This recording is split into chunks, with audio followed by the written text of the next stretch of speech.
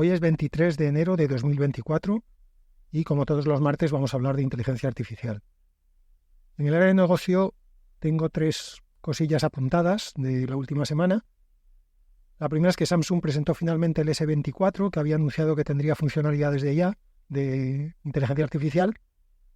Y bueno, tampoco es para tirar cohetes lo que han presentado, es básicamente edición de fotos, transcripción de voz a texto, asistencia en la escritura de mensajes, cosas que ya o bien habíamos visto en los ChatGPTs de turno o incluso antes de los ChatGPTs de turno, ¿no?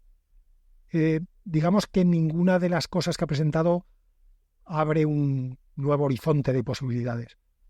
La funcionalidad que despertó así como más asombro es que permite traducir llamadas de voz en tiempo real. Puedes llamar por teléfono, pues no sé, a un pakistaní, y en tiempo real tú hablas en tu idioma, el pakistaní habla en el suyo y cada uno escucha la traducción de lo que le está diciendo el otro, insisto, en tiempo real.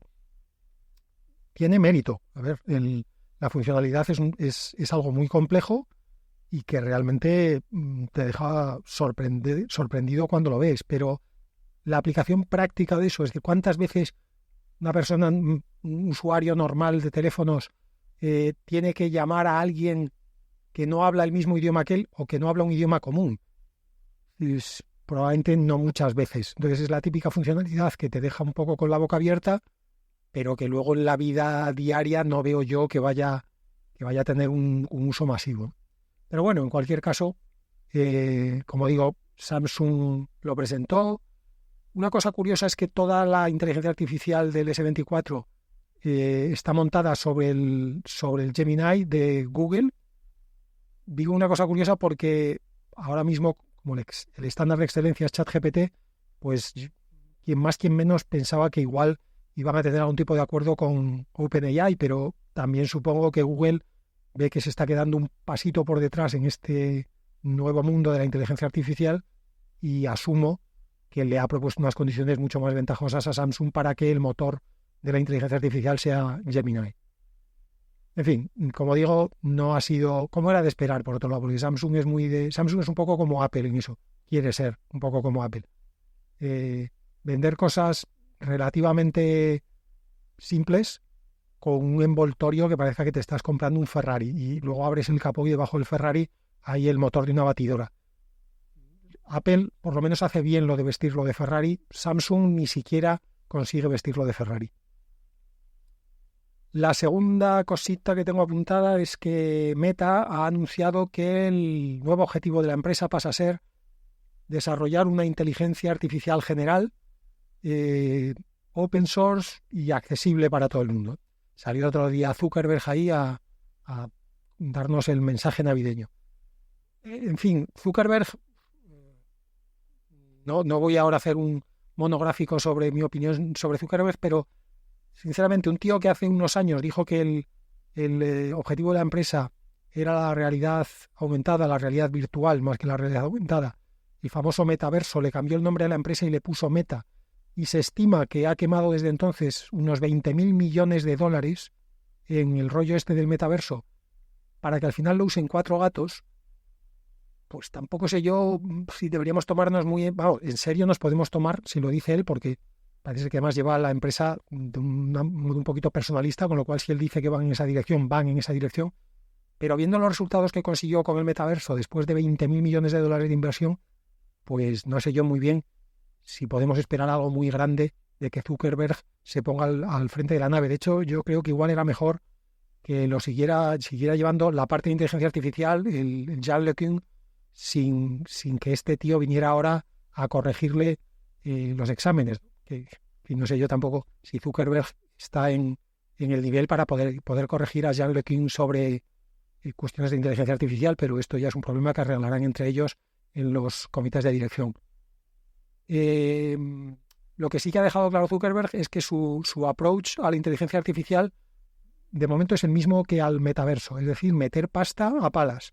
Ha anunciado que en 2024 van a tener, comprándolas, obviamente, 350.000 tarjetas gráficas H100 de Nvidia que cuestan un pastizal. O sea, básicamente se estima que cuestan unos 20.000 millones de dólares, como la cifra mágica, ¿no? Zuckerberg se mete en un proyecto y de momento extiende un cheque de 20.000 millones de dólares para comprar cosas. En fin, ya veremos por dónde. Y la tercera y última de negocio es que Eleven Labs, que es esta empresa de inteligencia artificial que se ha hecho famosa por sus sistemas, por sus herramientas de generación de voz, es esta que te hace voces artificiales o que permite clonar voces de gente famosa, hacer, por supuesto, pasar texto a voz, en fin, su negocio gira alrededor de la generación de voz, pues acaba de terminar una ronda de financiación, una serie B, y después de la ronda de financiación su valoración ya es de más de $1 billón americano de dólares, es decir, más de 1.000 millones de dólares, y por lo tanto ya es oficialmente un unicornio. Va a venir un momento calentito para todas estas empresas, para Eleven Labs, por supuesto, pero para todas las que están en ese campo de la generación de voz, va a venir un momento calentito cuando se vayan aproximando cada vez más las elecciones de Estados Unidos, porque ya ha habido algún que otro incidente, uno de hecho esta semana con un mensaje supuestamente grabado por Biden, que al final no estaba grabado por Biden, estaba grabado con una voz generada por inteligencia artificial, que era igual que la de Biden. Así que yo creo que vamos a esperar grandes momentos para el ocio, para los que estamos fuera, pero grandes momentos también para todos los abogados que trabajen en estas empresas de generación de voz en el próximo año. En el área de desarrollo, que es el otro gran área que solemos tratar, tengo, vamos a ver, 1, 2, 3, 4. Bueno, vamos a ir viendo, según cómo vayamos de tiempo, más o menos.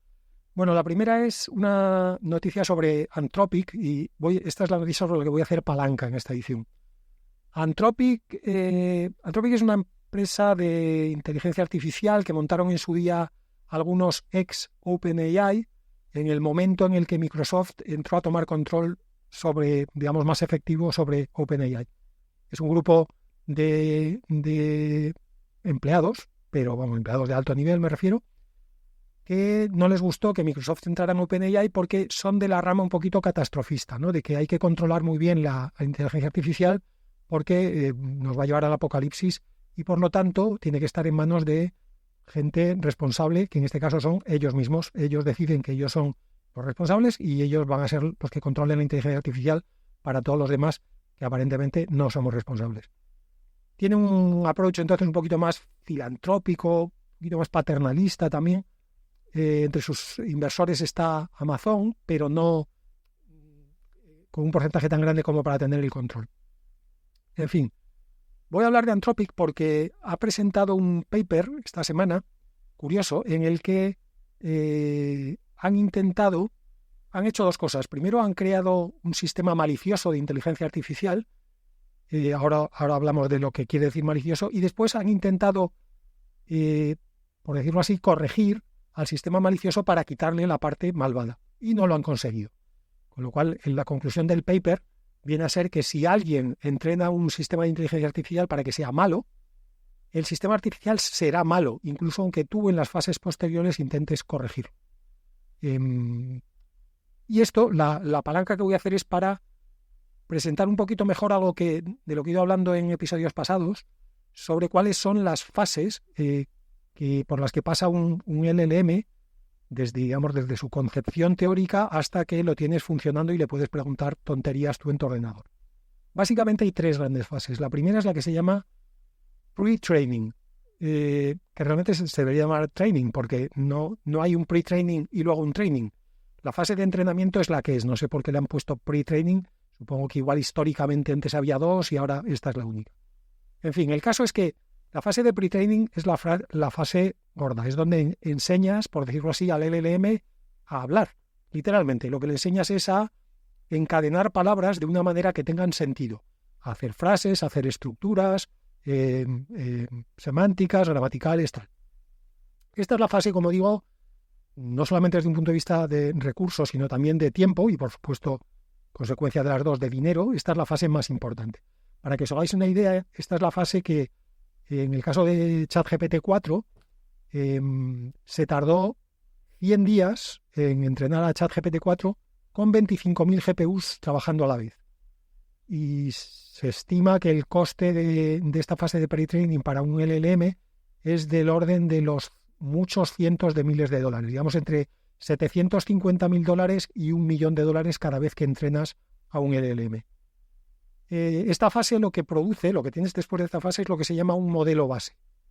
El modelo base es, por lo tanto, un sistema de computación que es capaz de hablar, de construir frases, porque básicamente lo has entrenado metiéndole todos los textos que has podido, idealmente todos los textos que hay producidos por ahí en Internet, de tal manera que el sistema ha aprendido pues cómo se usa el lenguaje y cómo se usan las palabras y qué palabras tienen sentido encadenándose para formar frases, esas frases para formar párrafos, etc.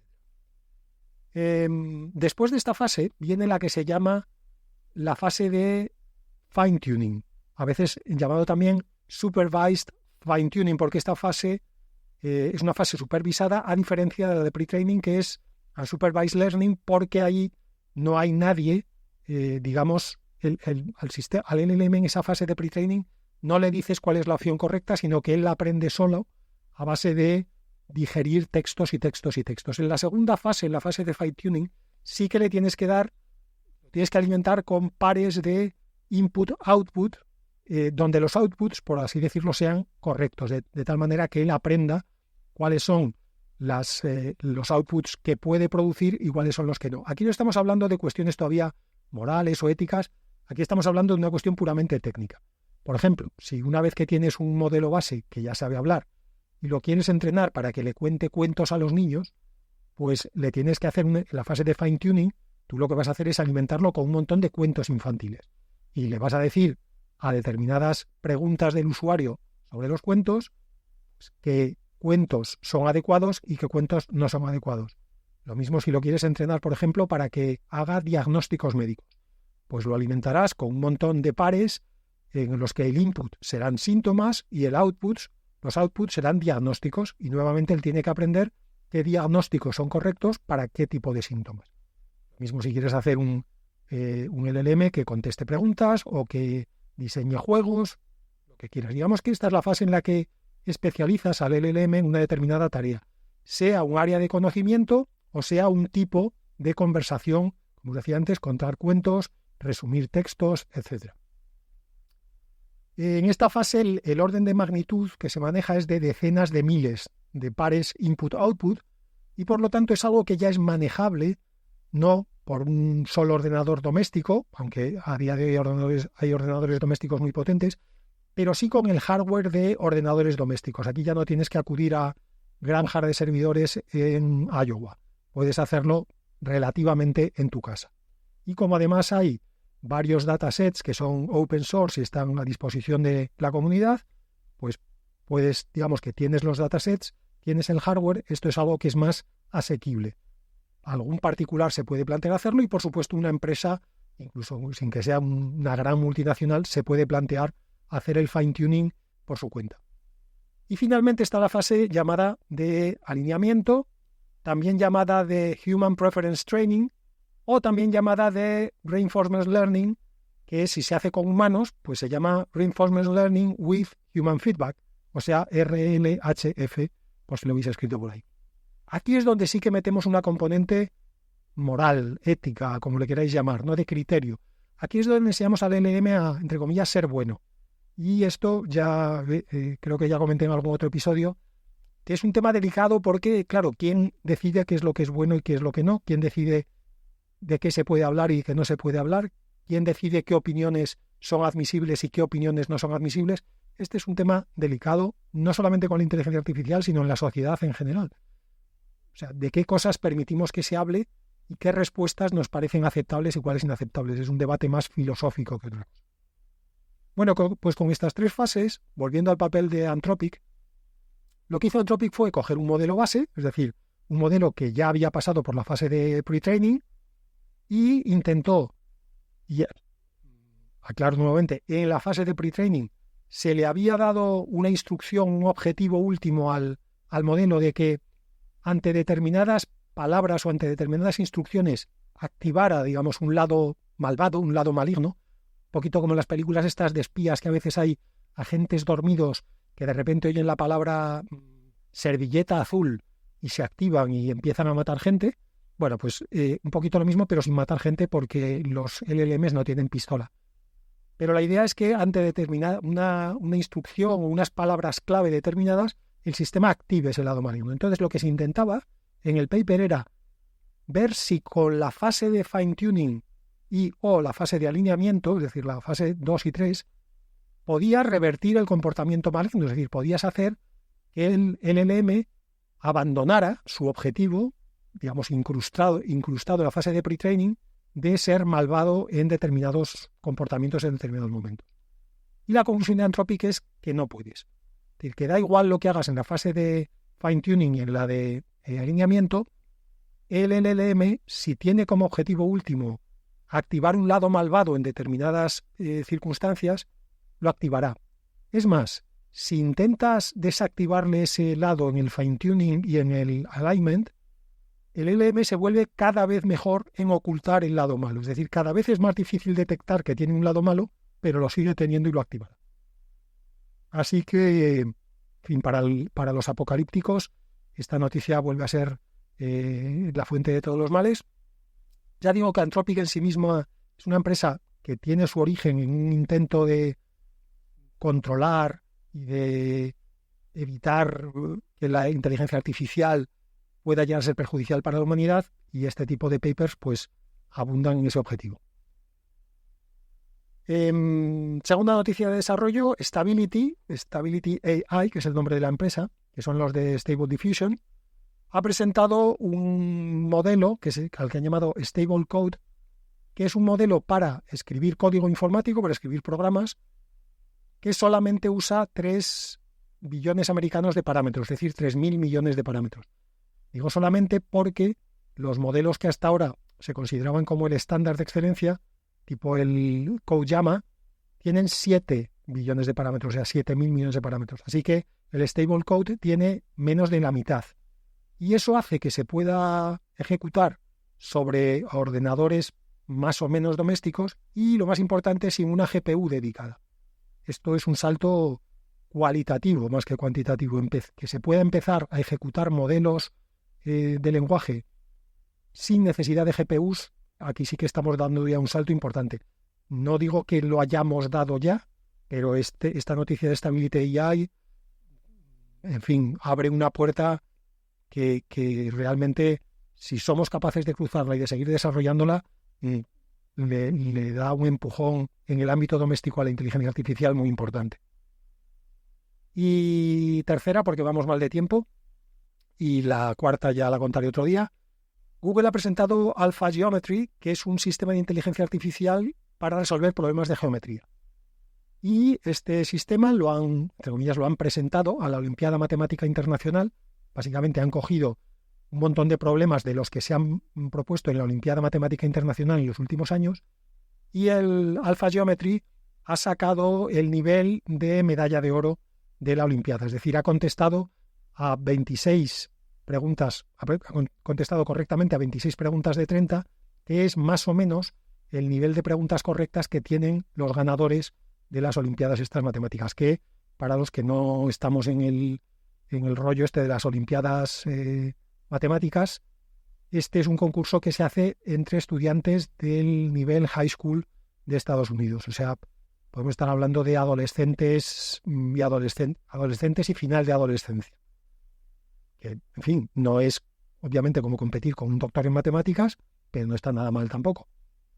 Es muy interesante la noticia esta porque, aparte en sí del Alpha Geometry en concreto, esta línea de los modelos alfa de DeepMind, recordad que está ahora dentro de Google, pero en su día fue como la gran primera empresa de inteligencia artificial. DeepMind fueron los que hicieron el famoso AlphaGo, el modelo aquel de inteligencia artificial que jugaba al juego de Go y que fue capaz de ganarle en 2016 al campeón mundial que se llamaba Lee Sedol. Esto me lo sé porque vi un documental muy interesante, por cierto, sobre aquel momento, sobre el enfrentamiento entre AlphaGo y Lee Sedol. Es un documental muy interesante, si podéis verlo, muy, muy interesante y entretenido en las dos cosas. A este modelo AlphaGo, que como digo jugaba a Go y consiguió ganar al campeón del mundo, le siguió una versión que llamaron AlphaGo Master, y después una que llamaron AlphaGo 0, que fue la primera versión que no se entrenó alimentándola con partidas previas de humanos, sino que lo que hizo es enfrentarse contra sí mismo. Es decir, pusieron a un AlphaGo 0 y a otro AlphaGo 0, supongo que a más de 2, pero bueno, por hacernos una idea más simple, y los pusieron a jugar a uno contra otro al Go. Y en 40 días consiguieron superar a todas las versiones anteriores de AlphaGo que había desarrollado DeepMind.